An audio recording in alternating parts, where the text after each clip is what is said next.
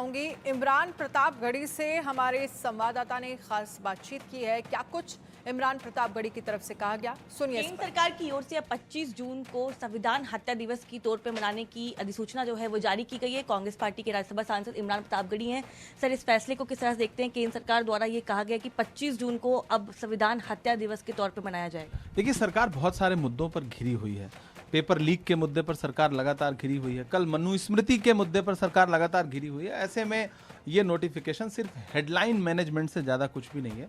और जयराम रमेश जी ने बहुत अच्छा ट्वीट किया है कि 4 जून को देश ने पहले ही मोदी मुक्ति दिवस घोषित कर दिया है। ऐसे में सरकार कोई भी नोटिफिकेशन करे, देश जानता है कि मौजूदा नरेंद्र मोदी जी की सरकार पिछले 10 साल से इस देश में अघोषित आपातकाल के साथ देश चला रही है। ऐसे में इस तरह के नोटिफिकेशन का कोई मतलब नहीं बनता है। हमने संविधान को बचाया है, हम संविधान को आगे लेके जा रहे हैं और हमने इस संविधान के मुद्दे पे चुनाव लड़ा है। भारतीय जनता पार्टी सरकार के बड़े बड़े नेताओं ने संविधान बदलने की न सिर्फ बात की बल्कि पुरजोर तरीके से सार्वजनिक मंचों से कहा। अनंत हेगड़े हो, लल्लू सिंह हो, दिया कुमारी हो, अरविंद धर्मापुरी हो, सबने ये बात कही और भारतीय जनता पार्टी ने ऐसे नेताओं पे कोई कार्रवाई नहीं की। तो ये सिर्फ हेडलाइन मैनेजमेंट से ज्यादा कुछ भी नहीं।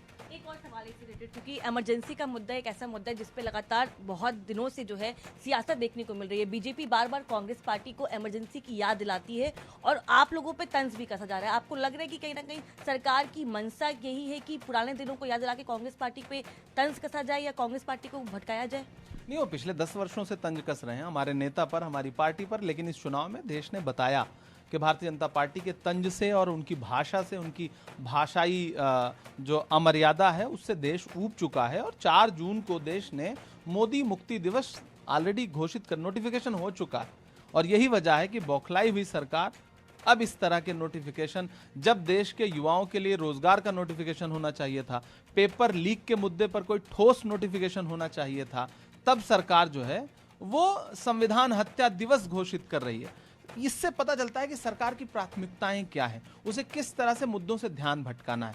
और इस तरह के नोटिफिकेशन का कोई मतलब नहीं। मुझे तो प्रधानमंत्री जी से कहना है, गृहमंत्री जी से कहना है कि जवान शहीद हुए हैं, उन पर जवाब दीजिए। पेपर लीक हुए हैं, युवा आपसे जवाब मांग रहे हैं, उन पर जवाब दीजिए। बेरोजगार लाठियां खा रहा है, उस पर जवाब दीजिए। इस तरह के नोटिफिकेशन करके आप मुद्दों से ध्यान हटाने की कोशिश मत करिए। हमसे बातचीत करने के लिए कैमरा पर्सन अनीश के साथ मैं Kanika, India news x Delhi.